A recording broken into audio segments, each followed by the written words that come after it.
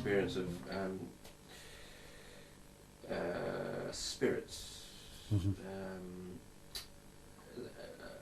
I mean, you get called upon quite a lot, I believe, to go and help people out. Sometimes they have unpleasant entities living with them, and clearly they are quite often not associated with energy lines, particularly. Not particularly, no. No. Did you find when you have explored these lines that you find there is more spirit activity on these lines, or would that just not be something Not you've even consciously, looked no. at? Or No, not really. is Because that you can't see on because there are lines everywhere. Yeah. And wherever they are, it's like rats. You're never more than 10 yards from a rat. You're never more than 10 feet from an energy line. right, that's what you're saying. Yeah. So yeah. So if they are all over, then there is. But there aren't a lot of spirit activities along the Michael line, for instance, which is the big one along here. There are no more than anybody else. Okay. Do you think, though, that the energy line could be used in any way to link through to some aspect of the other dimension that is the spirit world, that we call the spirit world? Used deliberately to... or is there... Is it being made use of result by clairaudience, clairvoyance? Yes, I think so. The whole matrix is it's like a not just 3 but 4, 5, 6 dimensional internet, if you like. And I think that all beings are connected in some sort of way to this celestial or cosmic net. So if you are tuning into something outside, you're tuning through the net in some way, through the cobweb, the 5-dimensional cobweb.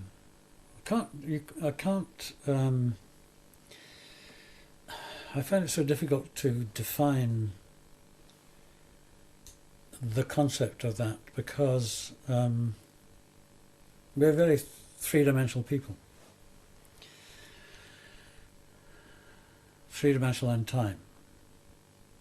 And for them, time doesn't exist like it does for us. So once I get out of that, then I can't get into what they're... I can take parallel universes a millionth of a second away from us. I think that's perfectly viable and interesting, because we've worked with a Russian professor, and they've been into what they call the paranormal for 60 years. And he was working with parallel universes and had to stop because his experimenters, who were pairs of mystics and scientists, found, a number of them came back and found a parallel universe just beside us. And they couldn't cope with it mentally. They had to stop. So do you think that there's any... So do you think that the energy lines... Yeah, again, I suppose it's answered by the same point, that the energy lines are everywhere. But do you think that they could be portals through, or used as portals through into... Yes. The portals to me are... or the main portals, the other ones must be minor ones, are the places where these major energy lines cross, like St Michael's Mount here, or Carnley Ball, or Rossaga Castle in Cornwall, right the way through up Avebury and Glastonbury. But therefore allowing... So portals into us or out from us. So into another dimension, into the parallel universe? Could be. Have you had any experience of that specifically? No, I haven't. No, only not hearsay, but a lecture by the professor who was doing it in Moscow. So did he actually use the lines, or did he just do... No, he was doing controlled regression. by mystics and scientists in pairs. And actually it was an interesting project, and it was a very far-seeing project by the then communist Russian government. It was government-backed, and they recognised at that stage, and I'm talking about a long, long time before the breakdown and all that, and they recognised that the communist system wasn't going to work, and that they didn't like the American system either. So they had these 100 pairs of people regressed into ancient civilizations to find out what went wrong with them, so that they could postulate some new form of society in Russia which would understand what went wrong with all these different setups. And I thought it was hugely advanced thinking. And they regressed to Atlantis. And about a third of them, each of them, came back with completely different interpretations of what was going on there. One was a matriarchal, one was patriarchal, one was a completely balanced other form of society. And he from these results, because they were all totally respected scientists and things like that, he said there has to be 3 different realities there at the same time from these reports. In that case, is there a parallel reality existing in our time? And he sent this another group of people, and what he said was that they seemed to reach. They were. A number of them reached a sort of grey mist, which was a sort of time thing. And they came back and said that's all we found. And a number of them actually, in some way, got through this, and they found this parallel universe, if you like, of people who seemed to be quite unhappy. They were sort of miserable and grey, and but when they came back, the experimenters couldn't cope with the fact that it was there, and 1 or 2 of them had to be sort of hospitalised. So he stopped the experiment. He said, "I can't risk these people's sanity," because they were advanced people. I mean, they were just people off the street. They were experts in their own field. And he said that we can't go on using them. So whether they recovered from their experience, I don't know. But he was absolutely convinced that there was another reality there. That's really a parallel universe Yeah. of now, as it were. Do you think that is there any evidence that you've come across in your travels and talking to ethnic tribes and what have you, or even the research into the ancients, that they have the knowledge of these other dimensions?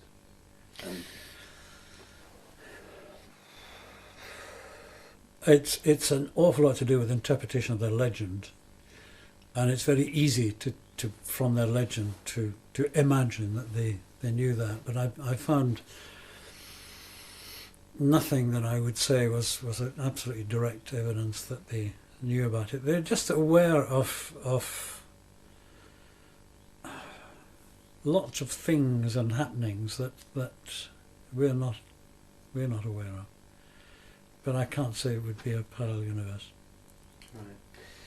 In order to successfully dowse as you do, you need you and Bar both meditate quite a lot, don't you? I believe. Yeah, not consciously. I mean, we're not people who spend hours meditating. Meditation to me is getting into a particular relaxed state, which you can do in a very short time. And the full meditation anything that has to happen will happen in a few seconds. And I had a retired physics professor, who put an encephalograph, because he was retired and wanted to investigate dowsing. He couldn't investigate dowsing while he was in his academic career. And he had me walking about with aluminium on my feet and all sorts of things to try and find out what was happening. And he put this encephalograph on, and I went into and he was doing the brain rhythm thing, and I went into a sort of fairly concentrated dowsing mode, and he said it was exactly the same brain rhythm as a Zen Buddhist monk in trance almost. So the act of getting into the dowsing mode is one of these very relaxing things you do. So we don't have to meditate now, because we can get into that state after 20 years of doing it quite quickly. So what about for the beginner dowser then? Do you think that that's... It's really a question of tuning your mind and concentrating on and training your mind to concentrate on one particular thing. It's one of the most difficult things for people to do is to concentrate 100% on one thing, because our minds are not trained to do that. But the nearer you get to 100% concentration, the nearer you get to 100% correct results. None of us can do that. If you get 85% right, you're doing very well. If you get 60% right, you're doing well. Most businesses with managing directors who are 60% right are extremely successful.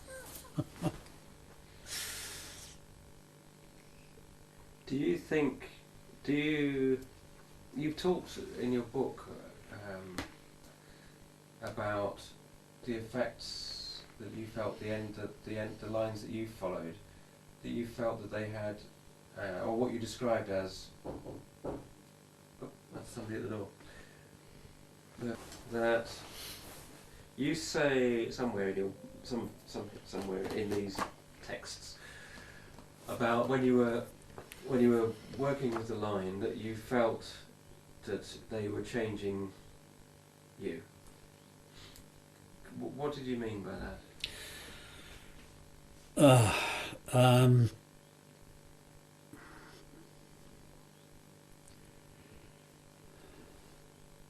The process is so gradual, actually, that it's very difficult to describe.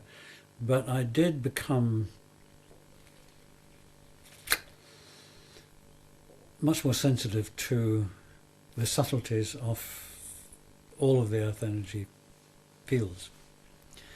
And this meant more sensitive to the reactions of people. It meant that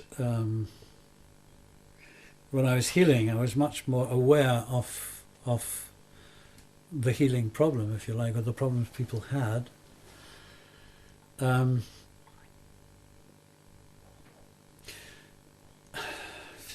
Difficult to be specific. Just a whole a moving up, if you like, of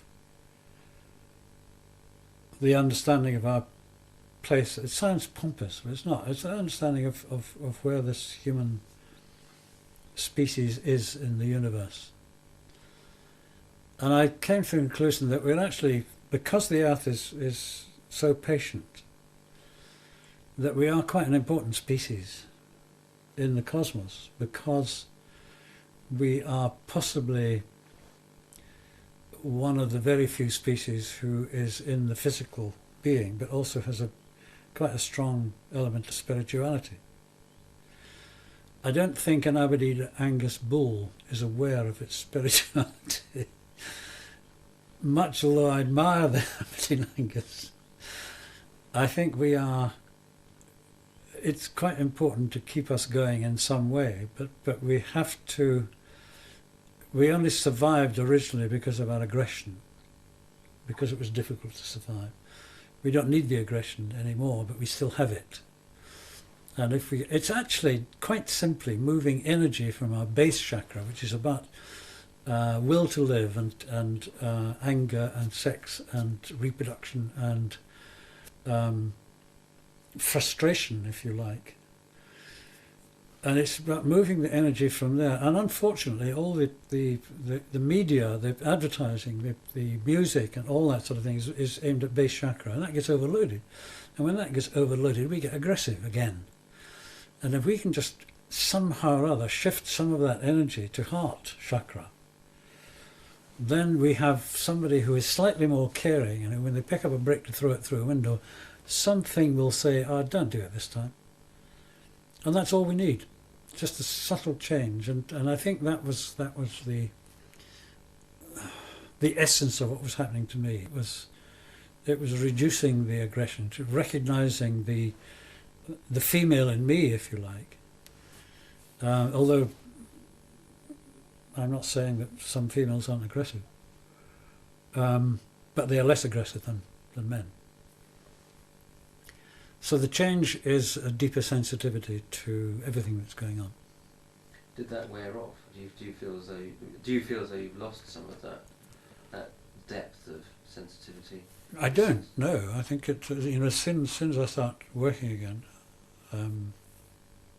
it's all there and moving on. Yeah. I don't think once it's there, it ever quite disappears. It may become blunted a little bit, but I don't think it disappears. What I have to do is, and I'm very lucky, you can't work in this sort of field all the time, and I have the blacksmithing as the counter, the earthing part, and that's working with fire, air, earth and water, and that's absolutely basic. And I think you need some sort of, the number of people who, you're not just dowsers, but people who are aware of other dimensions, if you like, who are completely in their head and have no practical attachment to the earth at all. It's legion. And usually the first thing I tell them is just go and dig the garden and dig up earth with their hands and take their shoes off and walk on the earth. It's the grounding. Get themselves earth and grounded, and then you can start going up. Do you find, is there any, yeah, we'll get onto that, lost it.